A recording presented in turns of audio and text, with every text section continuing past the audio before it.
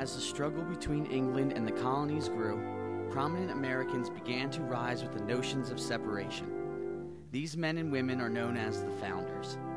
One of these men, an upstart from New York, was John Jay. Jay was one of the most influential and important minds that helped shape the birth of the United States. As the talks of independence grew, so did Jay, as a lawyer and politician. Born December 12, 1745, Jay spent his youth in Rye, New York, schooled by private tutors. An ambitious young man, Jay enrolled at King's College at the age of 14. After graduating in 1764, Jay did clerical work until his acceptance from the bar in 1768. Jay practiced law with a partner until opening his own firm in 1771. 3 years later, Jay married Sarah Livingston, the daughter of New Jersey Governor William Livingston, gaining connections into a politically powerful colonial family. The young legal upstart was almost immediately thrust into politics, directly related to the dying relationship with England. As a representative of New York, it is believed that Jay drafted the resolution sent to Boston in May of 1774, urging for the joining of the colonies for political discussion. This meeting became known as the First Continental Congress. At the age of 29, and as the second youngest delegate, Jay was put in charge of preparing the address to the people of Great Britain.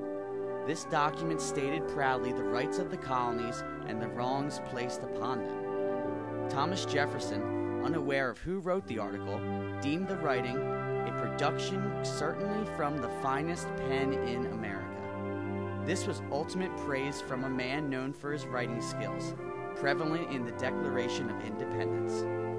During the meetings of the Second Continental Congress, Jay left prematurely to tend to matters regarding the New York State Constitution and missed the signing of the Declaration of Independence on July 4, 1776. Throughout the Revolutionary struggle, Jay followed a course of moderation, clearly separating himself from the Loyalists, but resisting the extreme nature of radical politicians. In December of 1778, Jay became President of Congress. He resigned after 10 months and was promptly sent to Europe as a representative of the United States. The Spanish government refused to recognize the colonies as an independent nation, but did loan money when requested because of their relationship with Jay. In 1783, Jay was in France as part of the delegation that negotiated the Treaty of Paris, ending the American War for Independence. Upon returning to America in 1784, John Jay found himself elected Secretary of Foreign Affairs, an office he held until 1789. During those years, he contributed to a collaboration of political and intellectual essays with James Madison and Alexander Hamilton, known as the Federalist. These articles helped Jay rise to the top as an activist for drafting a new constitution. Jay believed that the states should retain powers for domestic purposes, and all officers should be paid for and removed by a strong central government. Jay sent a letter to George Washington in 1787 stating, "Let Congress legislate, let others execute, let others judge." That letter pointed towards the three branches of government that would come to run the United States. In 1789, representatives of the states officially scrapped the Articles of Confederation and accepted the new United States Constitution. The Secretary of Foreign Affairs title left with the changing of government. George Washington was elected as the first President of the United States, and he appointed John Jay as the first Chief Justice of the Supreme Court. In 1794, Jay embarked on an envoy to England to work out a treaty resolving any remaining issues between the two countries. Although France was the current ally for the Americans, Jay believed in the long term England would be a stronger power and made a pact with them. Jay's treaty was a landmark in shaping of American foreign policy.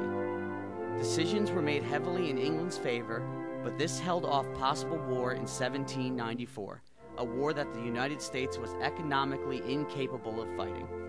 This did not sit well with the people in America, as well as Thomas Jefferson, who were demanding war with England. Although greatly opposed, Washington put his backing behind Jay's treaty, and it was passed in Congress. Jay went on to serve 2 terms as the governor of New York and retired in 1801. John Jay maintained a strong interest in government for the rest of his life and became the president of the American Bible Society in his latter years. John Jay died in New York on May 17, 1829, at the age of 83. John Jay was a true revolutionary. His call for a central government and his abilities to handle domestic and foreign policy are echoed by our greatest historical documents. His time on the homeland and in Europe proves Jay lived truly by the notion of life, liberty, and the pursuit of happiness, not only for him, but for all.